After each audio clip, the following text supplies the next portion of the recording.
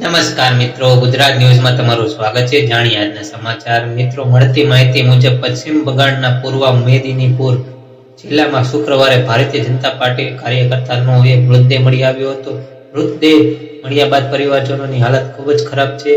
BJP કાર્યકર્તાનો મૃતદેહ એક ખેતરમાંથી મળી આવ્યો હતો। પરિવારજનોએ ટીએમસી પર હત્યાનો આરોપ લગાવ્યો છે। મિત્રો, પરિવારજનોનું કહેવું એ છે કે ટીએમસીના સભ્યોએ તેમને જાનથી મારી નાખવાની ધમકી આપી હતી। મિત્રો, બીજેપી કાર્યકર ગત બુધવારથી ગુમ થતો, જેની શોધખોળ દરમિયાન કરવામાં આવી હતી, પરંતુ કંઈ મળ્યું જ નહોતું। શુક્રવારે તેનો મૃતદેહ મળી આવ્યો હતો।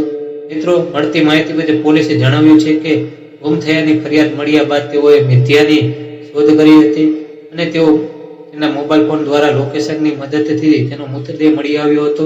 તેમણે કહ્યું છે કે મૃતદેહને પોસ્ટમોર્ટમ માટે મોકલી દેવામાં આવ્યો છે। આ આરોપોનો જવાબ ટીએમસીના ધારાસભ્ય નસીરુદ્દીન અહેમદને કહ્યું છે કે ભાજપ દરેક બાબત માટે ટીએમસીને જવાબદાર ઠેરવવાનું વલણ ધરાવે છે।